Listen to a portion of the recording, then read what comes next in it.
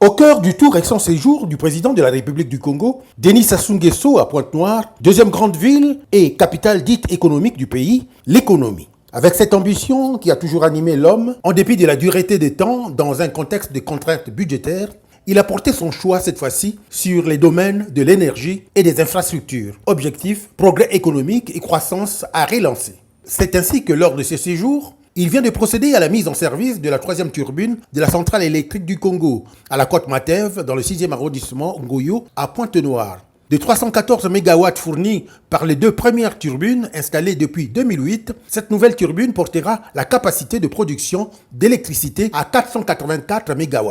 Ce avec un enjeu écologique majeur pour le Congo qui abandonnera progressivement le torchage du gaz au profit de la transformation électrique.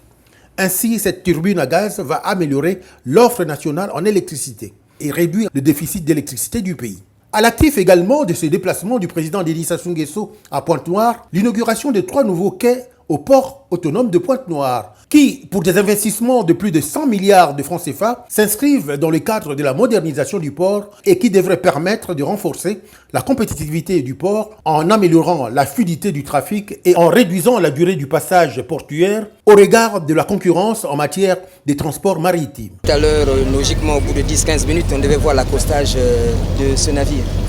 Il a à bord 8400 TEU containers. 8400. Celui-ci a 8400 containers. Et là, et aujourd'hui, à la performance d'un Congo terminal, pour ce qu'il y a à faire, effectivement, au bout de 24 heures, on a terminé le plier, il est reparti. Le chef de l'État congolais a eu également à inaugurer l'unité industrielle des grands moulins du phare implantés dans les enceintes même du port et qui servira à la production de la farine de blé, de crites de maïs et de l'aliment de bétail. Toutes ces unités industrielles, ont indiqué les autorités dans leurs propos, contribueront à la création d'emplois, à la satisfaction des besoins de la population et à la réduction de la dépendance du Congo en matière d'importation d'aliments. Dans la foulée, il faut signaler le Grand Moulin du Kwilu. Ce complexe industriel d'un équipement de dernière génération, classé parmi les plus modernes de la sous-région, situé en Vindhoulou et créé en 2013, qui vient d'être inauguré et mis en service par le président Denis Sassou Nguesso. Pour un investissement de 45 milliards 850 millions de francs CFA, il contribuera également à fournir aux Congolais des produits de qualité et à réduire le déficit du pays en produits agro-industriels. Le projet a permis la création de plus de 550 emplois permanents, dont 83% au profit des Congolais.